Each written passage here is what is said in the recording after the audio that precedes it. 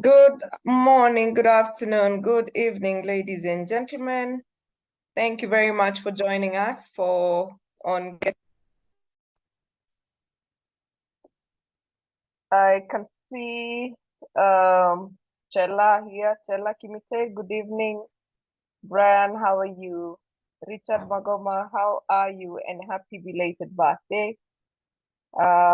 Larry, good evening. And Jason, good evening. Dr. Rebecca Maina, good evening. How are you guys? It's really fantastic to see you guys this evening. Thank you very much for joining us. My name is Grace Njula, and I'm an HR consultant and trainer with the Tara Solutions. You're tuned in to Get It Right with the Tara Solutions, which is a webinar series that seeks to demystify issues that affect both employers and employees. We have been doing this since January, or rather, June 2020. This is season 5. We started season 5 in January, and today happens to be our last Zoom session. We are going to have the final session next Tuesday, which is going to be a physical meetup. Of course, the people in Kampala, we are working on finding a virtual option, but you're going to have a tea. Technically, we were supposed to have a dinner, but some of you know what happened, and when we were not able to host the dinner. However, on Tuesday we have a tea, but allow me to just welcome you all and introduce my co-host, Catherine Sidandi. Catherine Sidandi is our sign language interpreter. She does a wonderful job. Thank you, Catherine, for making us inclusive. Thank you for making sure that we are reaching out to quite a number of people. And at this point in time, allow me to just give a shout out to our partners and also let you know about what is happening on Get It Right with the Terra Solutions as we come to close the year. So at this point in time, we are in partnership with a Stallion Construction Company Limited. Stallion Construction Company Limited, like the name spells, it is a construction company.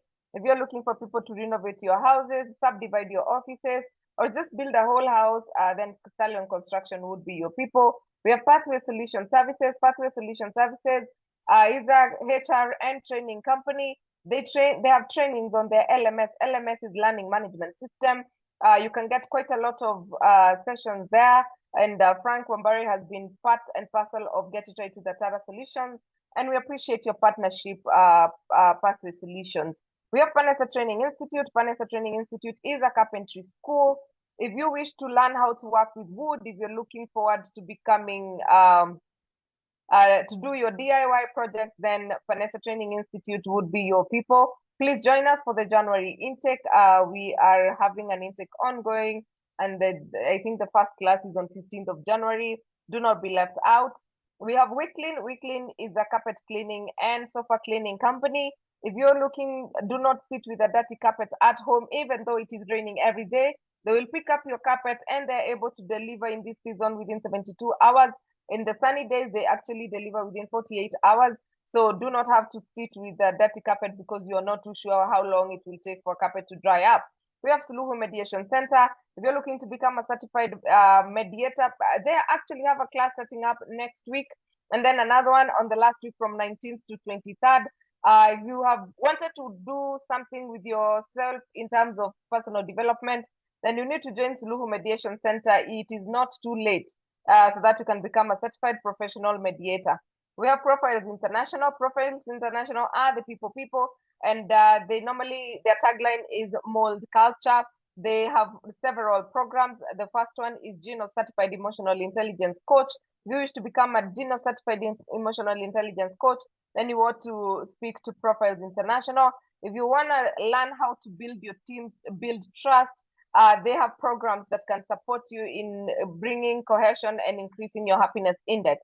We also have Capula Mintito. Capula Mintito is a sells coastal goods or snacks.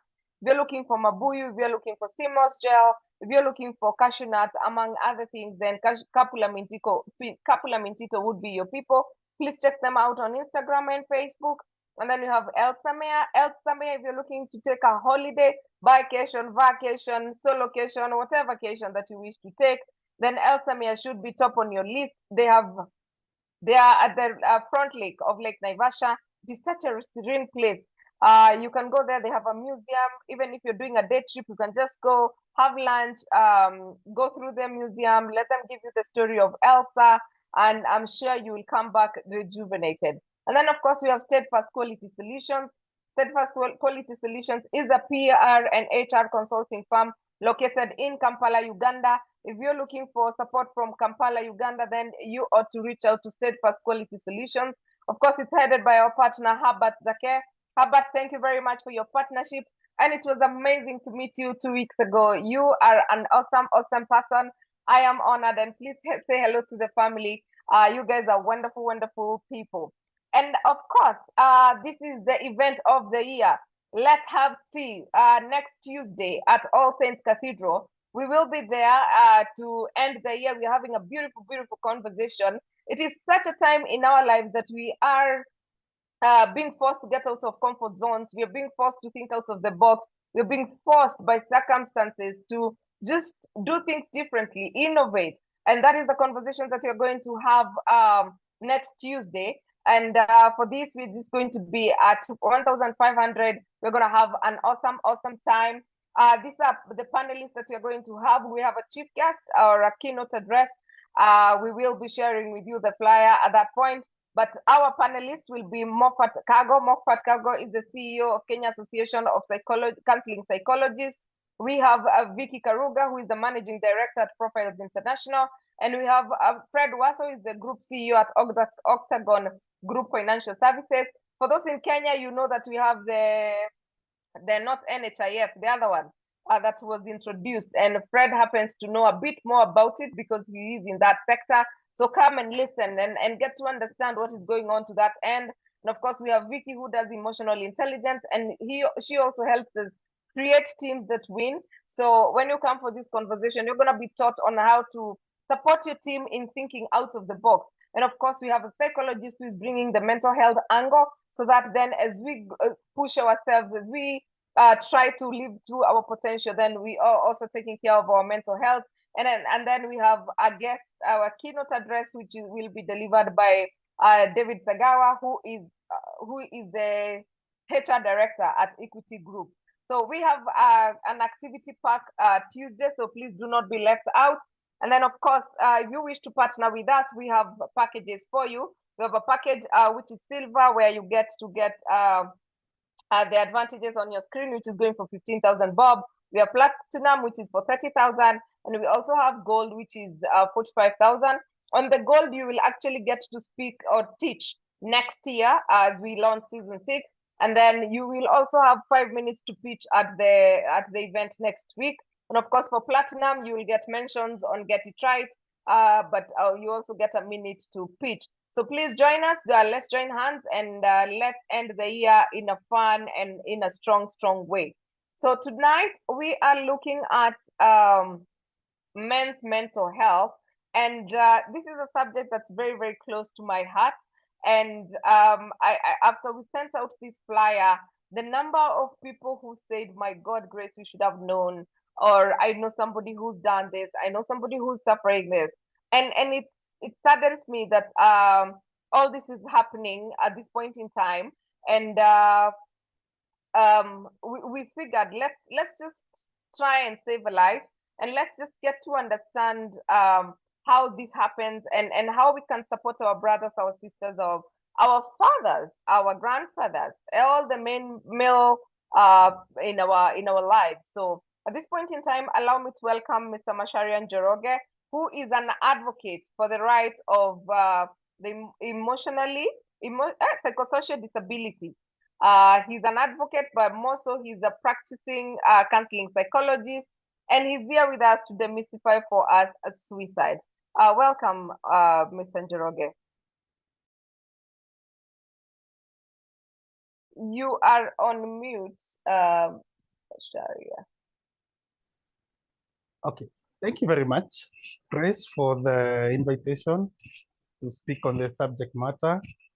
And I also thank all the participants who have availed themselves tonight so that we can have this conversation. I feel like I didn't have to do a presentation due to the time limit, and I just want to put it in a very simple message that everybody would understand.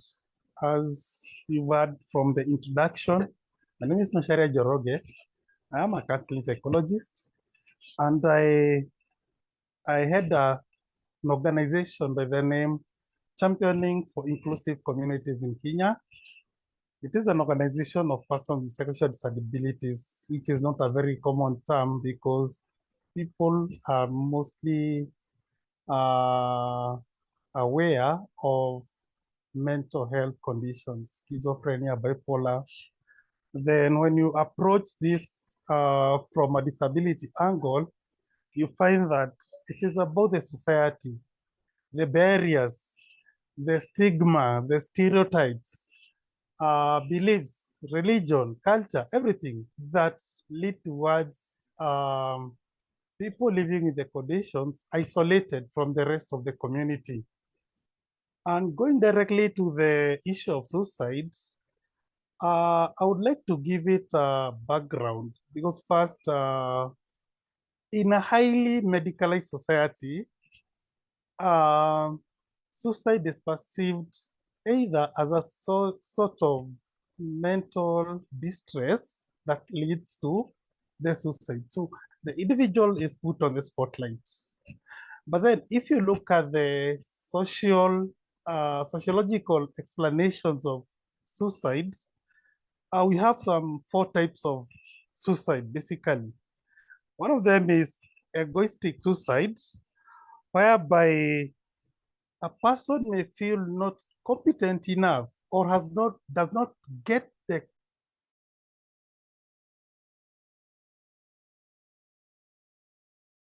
You mute yourself, Macharia.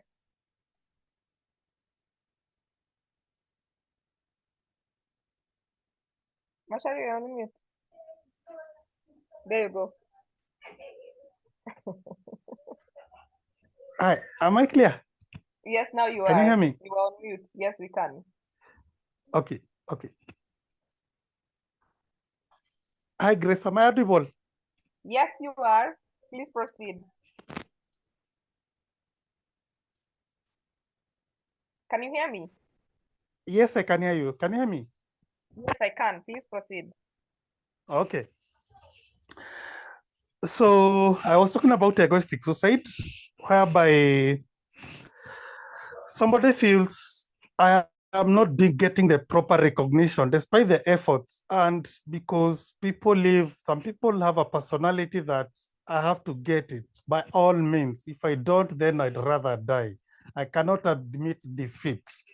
And mostly because of the way men are socialized, men are not able to accept some of the defeats that I'll be talking about. Then we have altruistic suicide, that some people may take their lives in the course of defending others or to get some social significance recognized. For instance, the suicide bombers. Some people do it for religion, others for their society. People will volunteer to go to war, make full damage, and then they finish themselves. Then we have the anomic suicide, and this is whereby somebody like, I had won a charity last week of around millions of money. And then today I broke. I squandered the whole amount. I feel like I can't live in the 2 states. I was high up there today. I cannot continue, so they end up their lives.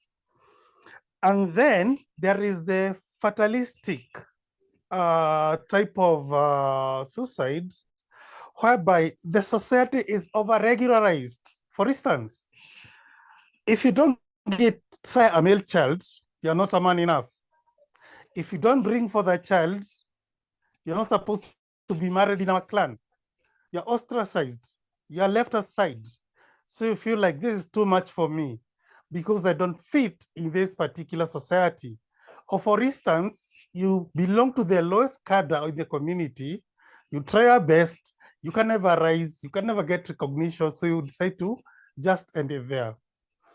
Now, when you look at the sociological explanations and the psychological explanations, there is some link whereby the society, customs, and mores and norms play a significant role when somebody decides to take their own lives.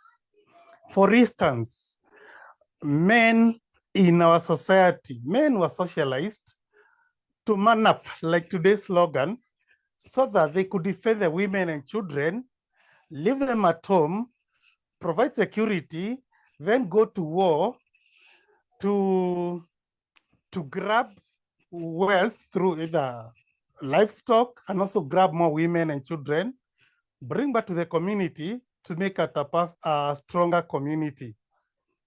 Then women were given the role of nurturing the little ones and feeding the men in that community. But now that culture has still been held up even to today, whereby it is believed a man who does not provide for his family is not man enough. For instance, a man is working in a multinational or just a company or in any organization, or even operating as an entrepreneur. Then things go south. No more income for the family, no more social status, and the society does not want to understand. The woman in the house does not want to understand because the role is there. Wherever you get the money, wherever you get the resources, it doesn't matter. You have to leave in the morning, come back with the rent, electricity bills, and everything. But then this man is facing so many barriers. Probably he's trained in a certain qualification, vocational training, or probably it will take time before he picks up again. So in between the waiting time, if this man does not get support, and probably because of the way he's been perceiving himself, he's not able to share this with his friends, or with the circles, or with the family members. So the person is acting as if everything is all right, but deep inside, there is a lot of emotional turmoil because he cannot face the reality on one part. On the other part, he's acting out the reality. At a point, it can't hold water anymore, and he doesn't know where to seek help. What happens? He has to end it. Today, just before we began this particular webinar, I was reading a certain article from the net, and I found that one of the bodyguards belonging to a former vice president took his life by swallowing some poison. And when he was doing it, he was wrestled by a colleague who took the poison, but he had already done it. So I don't want to put names because already the statement is not a fully official, but then it is from a reliable source. So now, I don't want to speculate the circumstances, but definitely it belongs to one of the pointers that I'm leading to. You have a job, yes, but their social life is in shambles.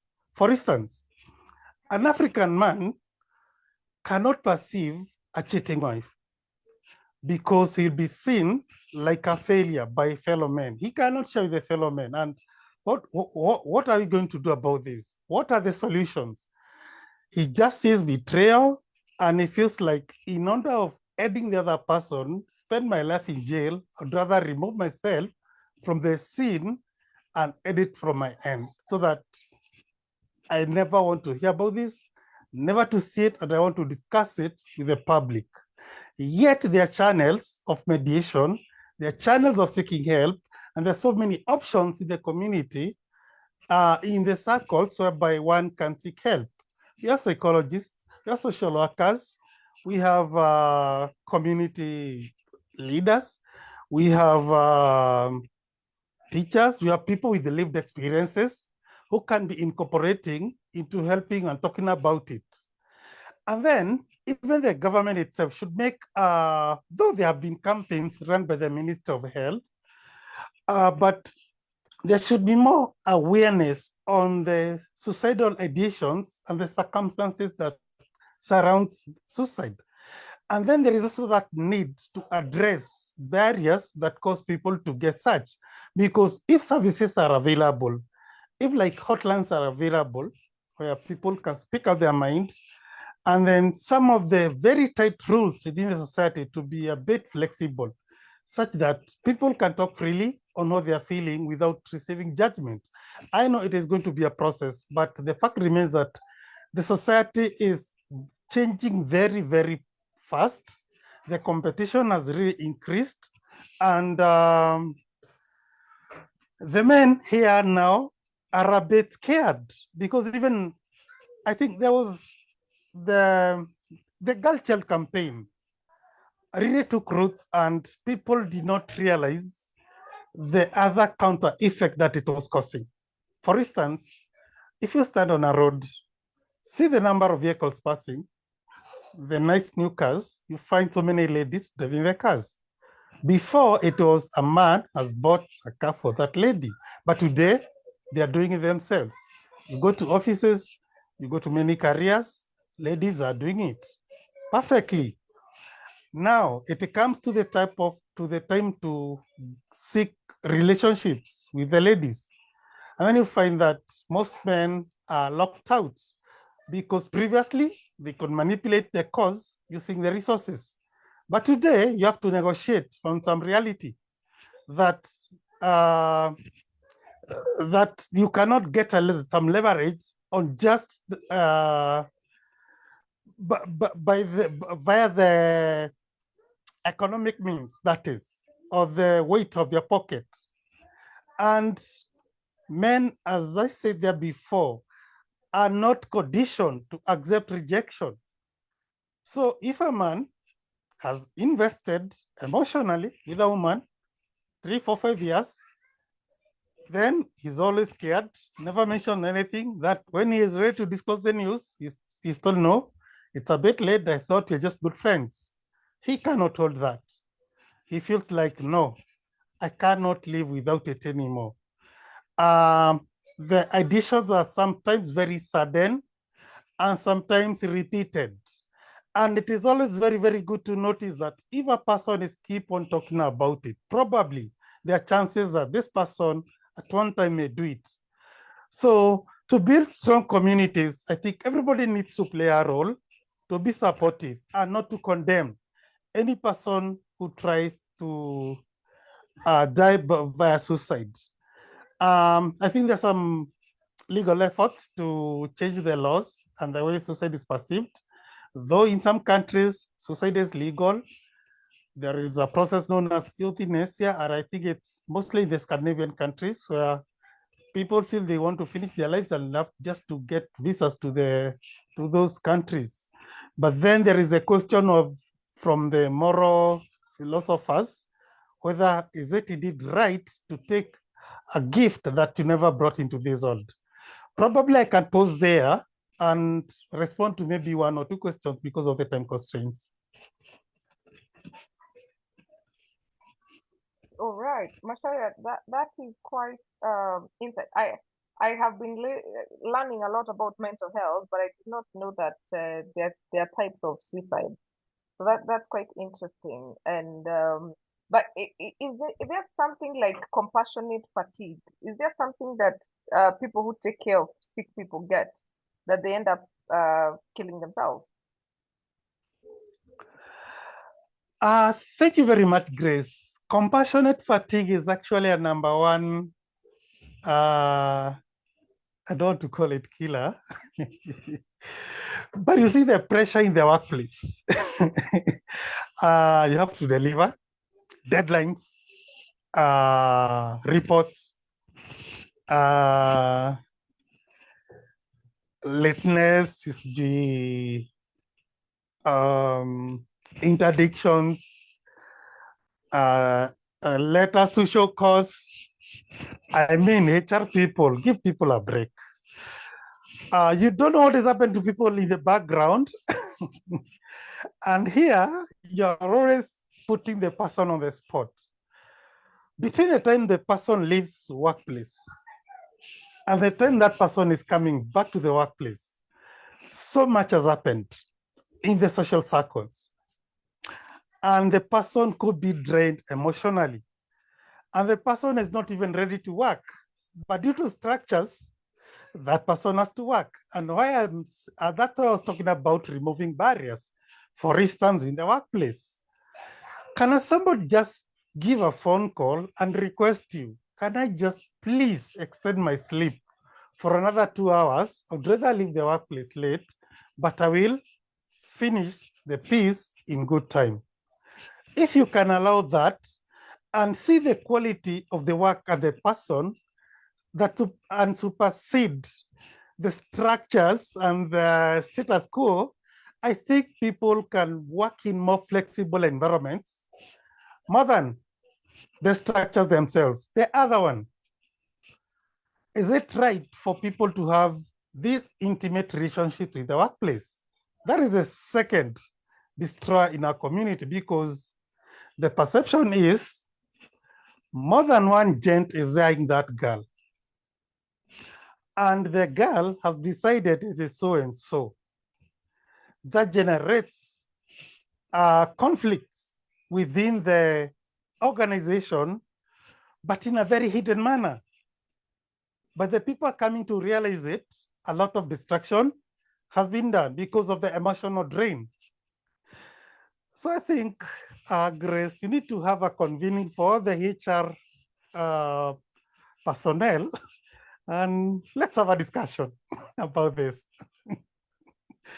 Can you do let me come to our own defense. Sometimes it's really the balance between humanity and the need to deliver. Because at the end of the day, you need to work, to get results, to get salaries, to be able to sustain this lifestyle. And then, of course, there's what is happening on the background. But sometimes even the employees don't even want to tell us that they are suffering, you know. So for us, we only see what we see, not what is not seen. So sometimes it's important that when an employee is going through some of these things, they come and open up and then at least seek help as well. And that is why Macharia and Njoroge is also here to help us, so that then they can support the people. But there's this question, how do you treat a case where for the last 1 year, it has been threat of suicide, but now it has graduated to 2 attempts? What should we do? Is Macharia Hospital an option? There has also been alcoholism involved, which makes it even more complicated. Okay, before I respond about the 2 cases and about alcoholism, especially in the workplace, let me just comment on what you said about the balancing act, because it is very true. People have to strike a balance between their personal lives and their workplace. And that also goes back to personalities. People have different personalities. The guy in the office is not the guy at home. These are 2 different people. And also that personality for that guy in the pub. The personality changes as a person transits from one environment into the other. So people have to put that perfect image in their place of work, which is sometimes even not necessary, because the boss is interested in your performance, not in your moral character or in your orientation. But if you deliver, you are good to go. If you are providing results and if you are representing the organization, you are good to go. But don't overstretch, seeking some attention probably to get that pay increase. Probably that's a bigger debate more than now. But then also, alcoholism is such a wide and very heavy topic also to be handled right now, because it all boils down to the support system and responsibility of the individual to realize when they are going downwards. It starts as a joke. It is entertainment initially, but then it becomes a lifestyle, because the brain has a way of forming its own neuropaths. Every time we indulge in a behavior, the brain has a way of developing, its own tolerance. And then the more it develops the tolerance, we become it's like a certain behavior can shape the individual personality. such that the person cannot separate that behavior and the activity, the day-to-day lives or the activities. So everything, work, the salary, the family, the illnesses, the successes, the celebrations, and even the grieving are related to the substance. This person, on top of that, will develop some hidden characters due to the defense mechanisms that are auto-generated by the brain. The person will be telling lies. The person will be seeking sympathies. And when the person now knows that he's just about to leave the job, is when he's approaching the HR and telling them, no, I think I'm sick, I need some help. And probably the person may not be genuine, and what they need is to go and just have that break, get that recommendation to get back into the workplace.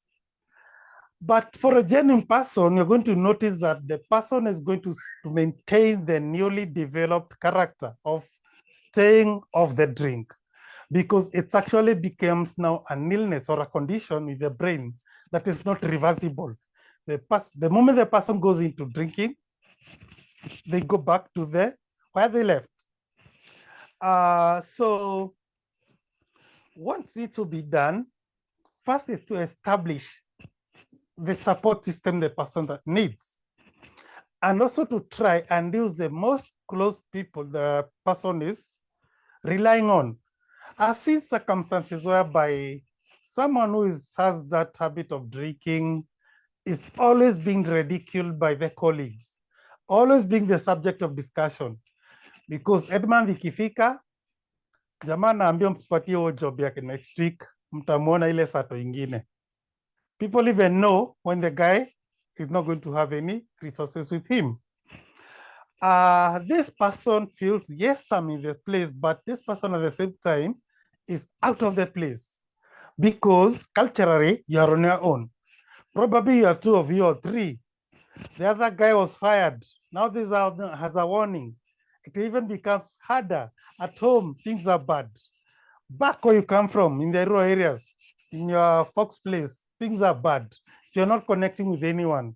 The only person now, and also you have gone down the social cluster, because at some level, the only person who can listen to you is Mama Pima.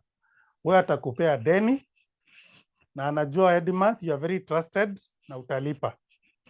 So they become enablers. And that's why I say it's a very, very complicated cycle. We actually call it a vicious cycle to be sorted out. But then with the proper referral mechanisms, people can get help. We have institutions, you have psychologists, social workers, some even churches are doing it. And as also said, people with lived experiences are better placed to do the interventions without bias and judgment, because like first treatment, from my experience so far, does not help. Ile ya kuambiwa ujue hii ni mara ya mwisho, tunakupeleka rehab, wanakuja wanakuduga sidano, they sedate you, wamekupeleka rehab, you wake up in a rehab, then you're told you're here for the next 3 months. Yes, in some cases it does work, because that awakening comes at different levels to different individuals, but in most cases it doesn't. And also, recovery from mental health conditions is not a one-stop shop. It's a process, and a long process, and it needs a lot of patience and a lot of input, not just one. It has to be handled from different ways. And also remember, there is that incarceration trauma related to just getting the person from the community and locking them somewhere under the name of treatment. And that trauma can cause more damage to the person than it was initially thought. So it's always good to give that person a chance to speak themselves out. And actually with the support, with a nice program at the workplace, that person can recover within the same workplace without taking them anywhere. All right. Now, I have a lot of, and I can see on the chat, there's also the question where men are, don't have safe spaces, yeah? As I was doing research for this, I realized that men actually see through suicides, while women attempt suicide more. Okay, not like they don't die, they also die, but when men attempt, they actually succeed. But mostly women sometimes don't. Um, why is this the case? And as well, where is the balance between the man being the leader of the home and therefore needing to provide leadership, needing to give strength to the family, and and and the man being a human being where he's allowed to cry, he's allowed to have feelings, he's allowed to, like, even on those sad moments, then they need to pick themselves up and go. But yet, there's these expectations of who a man should be. So where do we, like, where does it come together, and what can we do to strike a balance between the two? Thank you very much for that observation.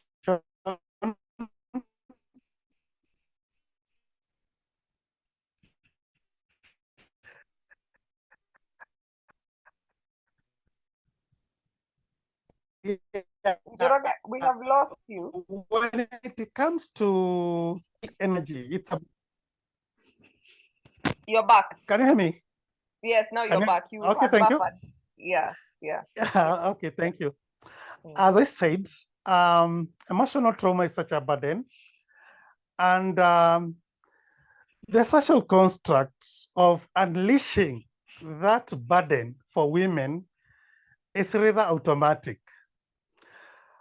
Women's life is very dynamic because sometimes they're expectant, they get a young one, they get to see her to nurture a young one, they go to chamas, they have, what do you call the, baby what? Baby showers. Baby showers, bridal showers.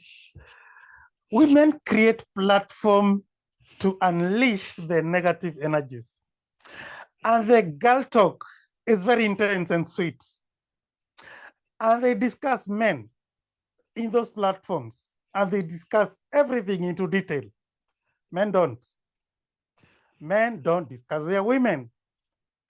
Men discuss Kenya Kwanza, they discuss global war, they discuss Ukraine, and when a man is stressed up, he'll be treated to another 2 beers, causing more emotional pain because he's being treated with a depressant, but the problems do remain. So instead of the emotional pain getting away for the men, it keeps on building up because men are always suspending it. But finally, it holds no water, and the man has to decide enough is enough. Now, for instance, a man has a position. He's a CEO somewhere, or he's an executive somewhere. He's recognized because of that personality that I said, the personality traits. He carries himself with a lot of decorum in the place of work. Sometimes he is feared or respected. But back home, wamezoeana na mama, hafuati sheria. Things start happening and it affects his social life. He feels like, no, I'm not a leader in this place. I don't feel like I can continue with this. And what will happen in the long run, since he cannot share with other people outside there, people know that him as okay, most people are known by their roles in the community, not by their roles inside the houses. And it is very, very difficult. Actually, the higher you go in the social economic hierarchy, the lesser possibility to seek help. So, and also the social circles are selected. You cannot go crying in front of other men. You'll be removed from the circles. But I think it's a high time also men feel like it's okay. You're human beings. Crying actually is a very good instrument to unleash the emotional burden. A woman just needs to be told something negative by the husband. She'll cry either loudly, slowly. She can't even hold hands with the neighbor and they cry together. Actually, women can even hold hands with the house helps and they cry together over the man of the house and they discuss things and it gets over. I've seen this happen. I've had clients who have gone through this. So, but for us, I think we need to come out. We need to talk about our problems. We need to be real. And I don't think by admitting or subjecting ourselves to exposure to get healing is a problem. Actually, that is what is being man enough to admit defeat and to seek help, because we'll get an opportunity in rebuilding our lives. That could be my assessment so far.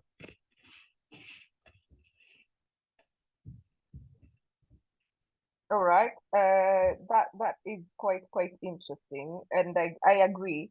Men really need to start creating safe spaces for themselves. And let me tell you, I was having a conversation with a friend of mine, and in fact, we were seated with two gentlemen, and we were just discussing this topic. And one of the guys said, "Imagine me coming to you and saying, my wife cheated on you." Like on me rather, and they were just laughing. And the next question the other man would ask is, "Are you sure you're functioning properly? Or are you sure you're a man?" And this is coming from the fellow men. So it's I don't know what you men can do to create safe spaces. I know what I can do with Grace to create a safe space for men. However, what can a society do to just encourage men? Because I mean, if I went Macharia, if I told my friend, let me see which lady is here on the call, just to use them as an example, Jane or Brenda Sabwa. So if I went to Brenda and I said to Brenda, my boyfriend or my husband has cheated on me, and we'll have a conversation about it, and it's okay for me to go and sleep in the same house.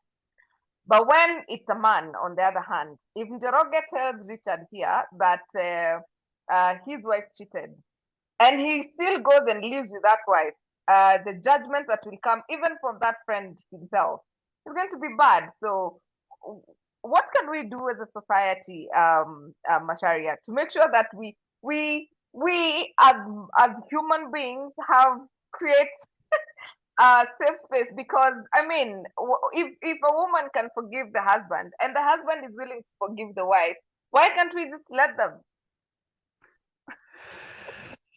Thank you very much, Grace. Okay, the first thing I would want to say, and this is my personal opinion, kindly do, I beg not to get any judgment. We need to end hypocrisy. Every human being has needs, and the way people satisfy their needs, it's different. And when you look at our sexuality as human beings, it's very fluid. And people do much who are not in the same equilibrium. It could be the man, it could be the woman, or it could be both. And but then we have this thing like I go to church, I belong to a community, I don't want them to see what I'm doing. And this is why we are getting all these terminologies like cheating. I don't believe in cheating, personally. More so, I believe in how needs are met. And people have to make choices, and people have to understand one another. And I think this can be a subject of discussion between a man and a woman, and they can sort it together. Those are my personal opinion. I see. Baka, you have muted yourself, Masharia, as you gave your personal opinion. You're on mute, Mr. Masharia. Macharia, you're on mute. Macharia, can you hear me? Sorry. Yeah, you can go Sorry, back I think 30 I was seconds. muted. Yes, you are. Can you hear me? Yes, now I can. Please go back 30 seconds. Hi, Grace. Can you hear me? Yes, I think I was muted. Someone was trying to call me. Oh, yeah, you are muted. So you can go back 30 seconds. Yes? Okay. Go back 30 seconds. Yes.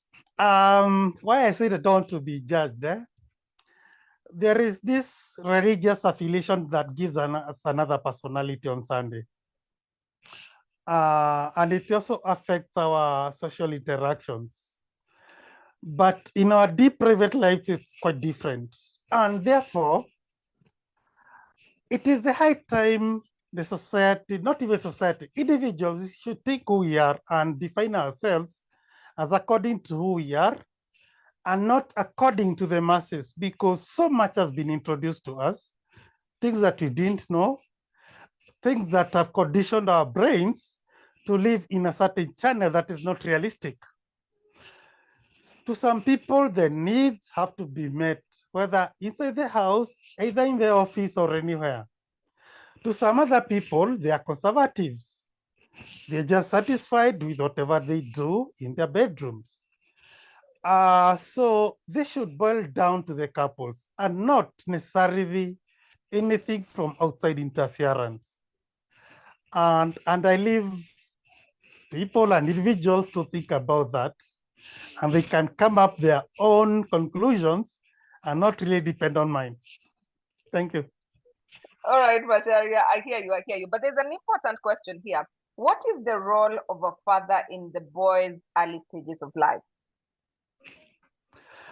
As I said there before, the role of the father has changed because it's a dynamic society. Everything is changing today. But basically, let me say the role of the father is nurturing the kids on values, on a value system that will help them fit into the larger society. Because the dad is a primary teacher, there is that authority. Also, the first authority should be learned from the dad. And then that kids will also, it will be easier for the kids when they grow up to know that the world is formed of rules and regulations. It will be easier for them to fit into those rules. But now, when that authority is diluted, it becomes ineffective, then automatically the role of the dad is gone, because there is the difference between a male and a father. These are two distinct roles. If one role is, if the role of the father is compromised, then the man feels like he is effeminate. And once the man feels effeminate, he's exposed to social ridicule, as I said it, on his functionality, on his everything. And so he feels like, no, I cannot fit into this. So it becomes such a serious thing. So I also think we should not, again, be very activist and try and to be a bit conservative and also discuss our roles as individuals, not what we are taught, and give significance to every role because the roles are complementary. The other part of nurturing is strongly tied to the maternal instinct. That one, the woman of the house does not even have to struggle to know their roles because it comes naturally at conception through the bringing up of the kid. But for the father, he has to work very hard to make his presence felt in front of these kids. And it is also tricky because the father is not necessarily the person who planted the seed.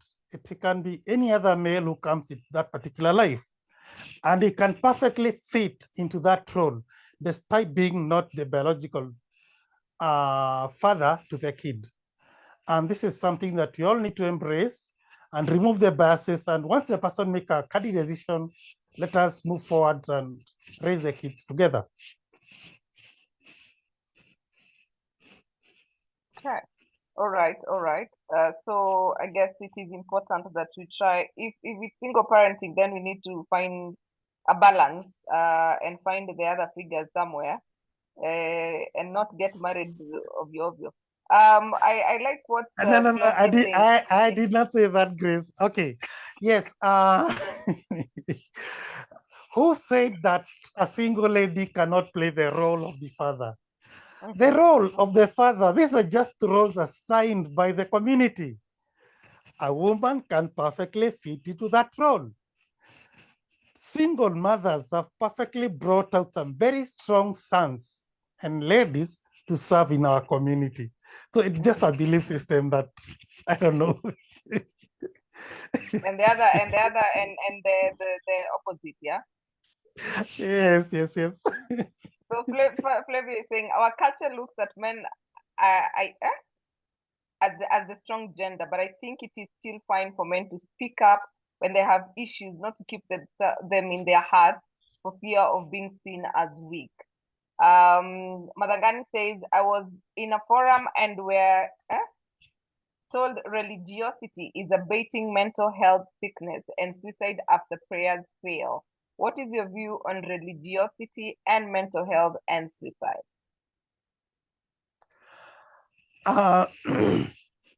Well, I usually avoid discussing my personal view on religion in public, but I think we all need to reevaluate our beliefs and why we subscribe them, because I see problems everywhere. Spirituality is totally different from religion. And I find religion being like bringing people together to control and govern them. Spirituality is a personal relationship with a creator, and it is very difficult to instruct people how they are going to go about this. And but also they need to look at themselves, what they believe and what they value, and compare to what they hear and what they are taught and what they are taught to follow. Because I've seen so many examples where people follow the wrong thing, and just one person goes the opposite direction, and kumbe that one person was right. Sometimes also wrong beliefs and distorted can cause distorted perceptions. Let me not call them wrong, but may call them unrealistic, because the person will struggle to fill some void through imagination, something that is not real, and it can bring some dissonance or emotional turmoil. Then the question of life, death is very sensitive to many people.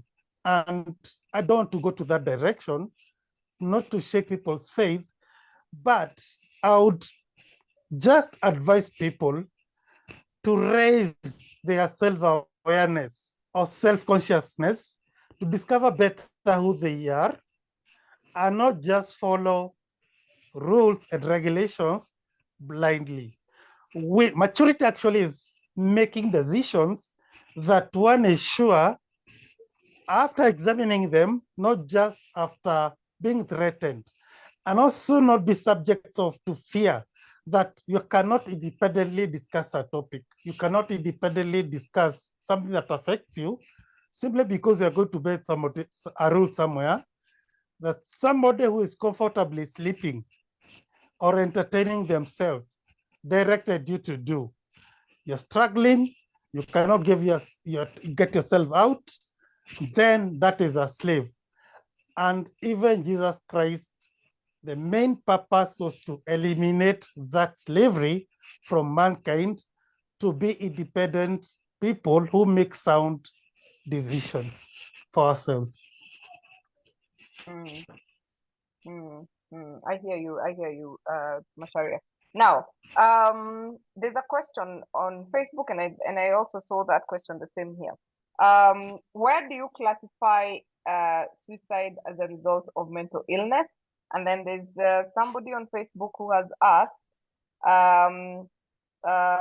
someone who is suicidal, must they have depression?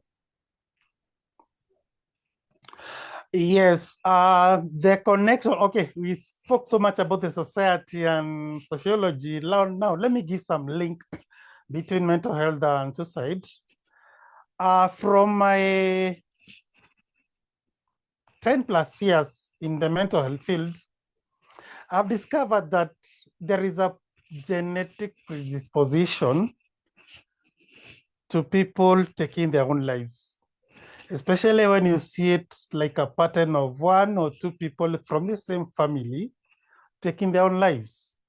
You may not see three people from the same family taking their own lives, but you may see similar behaviors from the others that were indicated also from the other guy who took their life. And this one, I think, is related to the emotional orientation of individuals not to handle too much pressure or develop response mechanism to a crisis happening either as individuals or in the communities.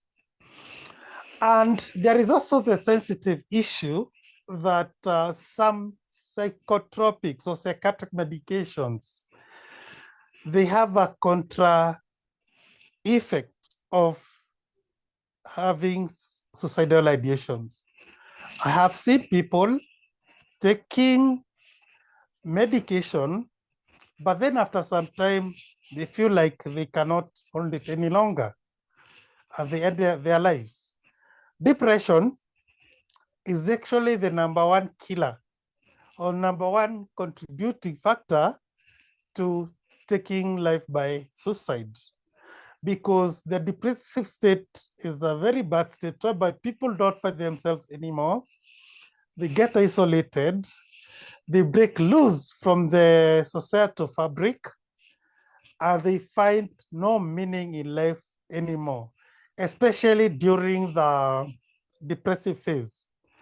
There are people who have both the depressive phase and they have the mania, known as the bipolar condition. And when they have the mania, they feel like they've conquered the world, they are at their best, and everything is working. But then it is just periodic. Then after some time, the person discovers that was not happening. I'm still in the last position that I was. And then they sink into that dark phase again.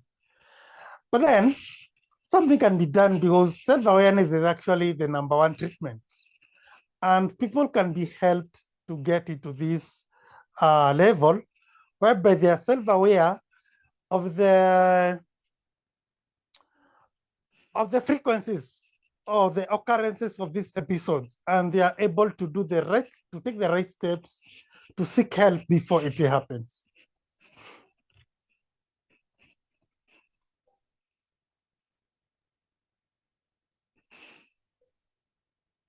Okay.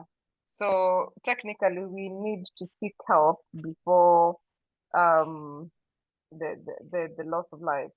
But like, how do we, or what can we do to encourage men to seek help?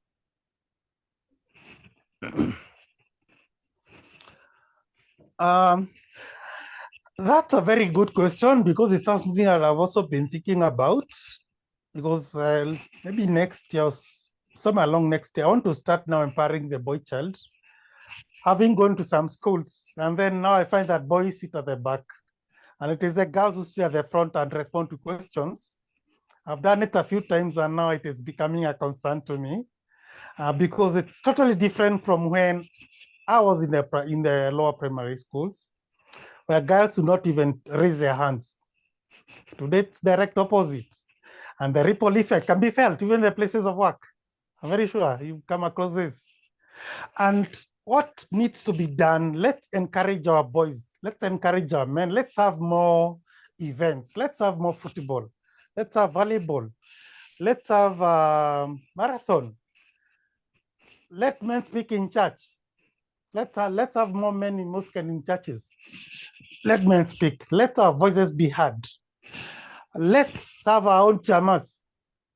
And let's not have alcohol in our chamas because that's a scapegoat. Let's talk candidly and let's discuss our women and what they do to us. Let's come up with facts. And that is my campaign actually. Because honesty will save the generations and not hiding behind the scenes, pretending everything is okay, that you're manning up. No, you're not manning up. You're dying slowly. And I don't want to give it as a stereotype because I know of a county where men in their 50s start disappearing. After they have done all the donkey work, they disappear one by one, and so sad. It's unfortunate. It's quite unfortunate. I'm also going to, I am becoming a certified coach and I want to also prepare. I will have a program for men. And I have a very, very nice office in a compound where men can feel free to talk. We can sit at the grass and have tea as you have a conversation. We don't have to make it very formal. So that is coming up on Atara Solutions next year as well, just so we can create safe spaces. I've seen a couple of people who are willing to open up. My friends, most of my male friends, uh, are willing to open up, but sometimes I feel like they open up, but then it's from a venting point, and they're not willing to take action. I don't know whether you felt that, like they will say what is in their heart, but in terms of action, they don't take action. I have no idea how that works. But I think that's a human nature. It is called cognitive dissonance. When you are experiencing two different emotions at the same time, pain and romantic love, and they can never mix. So one has to live for the other one to exist.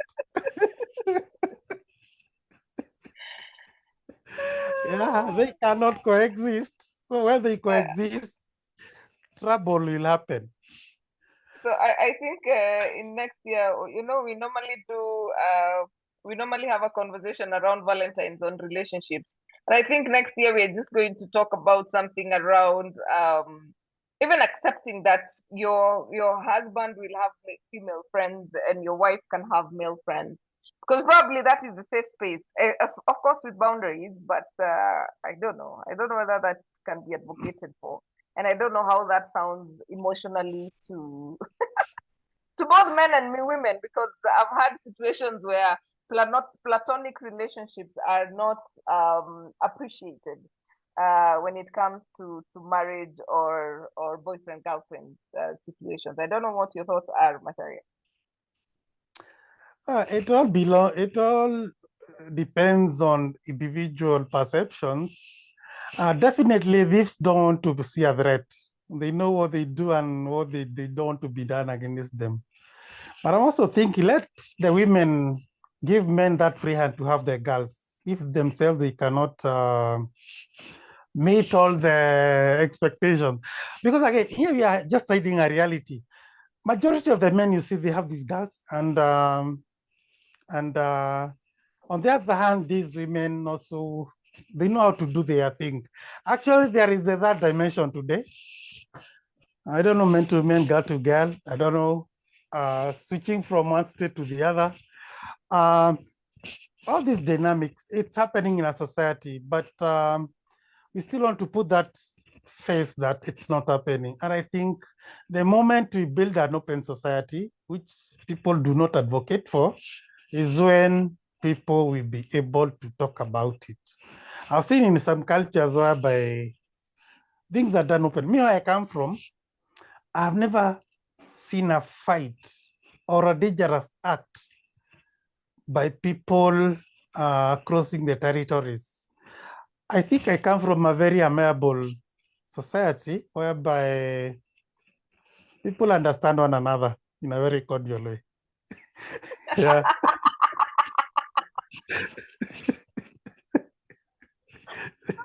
It must be from Maranga.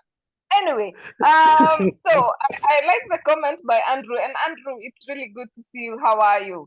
Andrew says we are to be careful with this approach so that we don't seek to change men, but meet them where they are just like what is done for ladies. I agree. Safe spaces means that, Andrew, when you go and tell a fellow man that something 1, 2, 3 is happening in your life, they will not judge you. They will instead support. And it's the same thing, because even for us women, in as much as we have the chamas and everything, in fact, we still seek therapy. We still want to go into the confines of, of, of, of, of psychological counseling and everything, because the dynamics are a bit different compared to just venting out.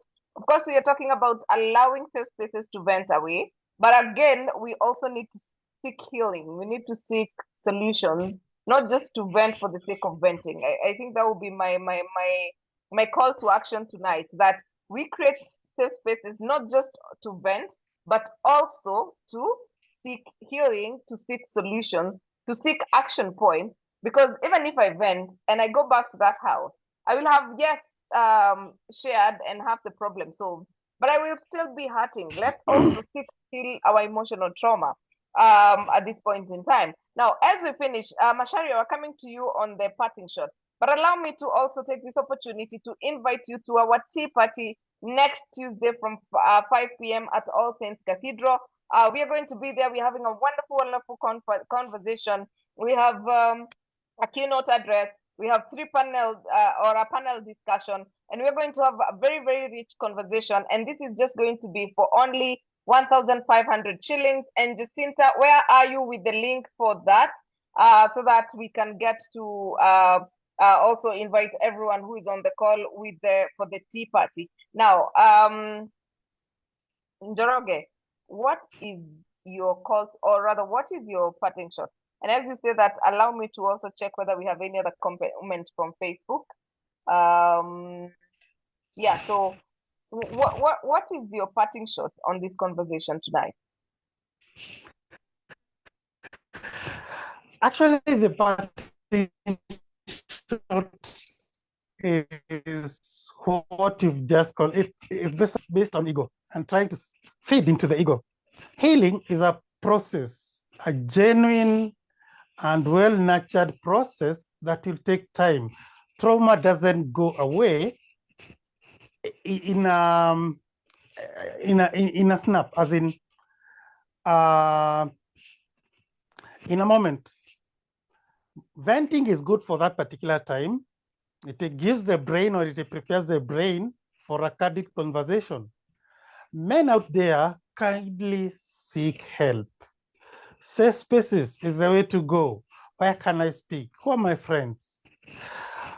Where can I receive all the positive energy to help me handle my situations? And remember, your situation is not the worst. To another person, it's just a laughing matter. There are people who have undergone through much more pain, and they've come out victoriously. So let's identify which level we are, and let's not ignore the symptoms. Let's not ignore the distress. Let's not ignore the responses from the people that we are living with, and let's not ignore our change of personality and perceptions, and kindly let us reach out. There is hope in every step, not in every step, but in every positive step that we make in our lives. It can generate a transformational and long-lasting change in our lives. Thank you very much, Grace, for the invite. Thank you very much, participants, for listening to me. I hope we'll meet sometimes. And over, Grace, you're going to meet next week. Thank you very much also for that particular invite. All right, thank you very much. And let me just see what is on the chat. Maston Minor, some great conversation from the presentation. Kudos, Mr. Macharia, and less encouragement to speak out. We all can make a difference. I agree. We ought to be part of the change we want to see. We cannot tell men to man up again. We cannot tell men to, what is the other one that I was talking about? To not cry. We cannot tell men that, and you pretend to be a man and you're crying. We need to make sure that even when it is okay to not be strong enough, it is okay sometimes to just feel like whatever you're feeling. It is okay. So allow us to create safe spaces in our homes, create safe spaces in our offices, create safe spaces in our everyday lives. And let me tell you, Macharia, one thing, okay, as we come to an end, one thing that has really shocked me, or rather not shocked, that I'm just wondering how we can change that policy. Do you know this thing of one commits suicide and the church cannot bury you? Some churches, that is. Yes, religious beliefs actually, I feel like to some religious organization, it's like that is discriminative process. Definitely subscribe to the system of beliefs. But nowadays I've seen after a lot of advocacy, because even in our organization, I participated in more than 4 burials. And the church has played a key role. We have gotten our forum to do our advocacy. But I think we need to change that attitude and not just see it from that moralistic aspect. Nobody can just decide to wake up and take their own lives. It's much more complicated than that. And we don't need to be simplistic by just deciding, no, this person doesn't need their lives. No, that's wrong. Let's change our thinking. Let's change our approach. And we are going to learn and to be productive. And we can even help other people by sending the right messages of support, hope, healing, and transformation to the society. Absolutely. Support, healing, and transformation to our society. I like, there's a photo I've seen going on for a girl on the mirror who is crying, and then there's this lady who's looking at her. And then the caption goes like, the trauma was not on you, but the healing is your business. So I think that we need to do the same for men, because that thing I've only seen for women. But even for men, I think we need to have the same. The photo of the young boy crying from the other mirror, and then the older grown up person. Because healing is our business. Healing, let's heal from our trauma. We are going to make the world a better place. And as we seek to grow, we become better at handling things. So, Mr. Macharia, you are wonderful, wonderful, wonderful. And I look forward to having you again in season 6 as we launch season 6 in 2024. For now, we are just going to prepare for the event next week. We are going to have tea. And after that tea, we are going to call it over for the year 2023. And we are going to meet again in January 2024. And we are, of course, going to let the people know at what point we come back. So we want to take this opportunity to thank you, our audience, for tuning in to Get It Right with the Tara Solutions. Of course, I'm your host, Grace Lizula, and of course, we miss Kevin a lot, a lot, a lot. Of course, with me is Catherine Sudandi, our sign language interpreter. So thank you for being with us. Thank you for joining us. Of course, Herbert Zake, we appreciate you. Thank you for making us, for sharing our flyers in Kampala, Uganda.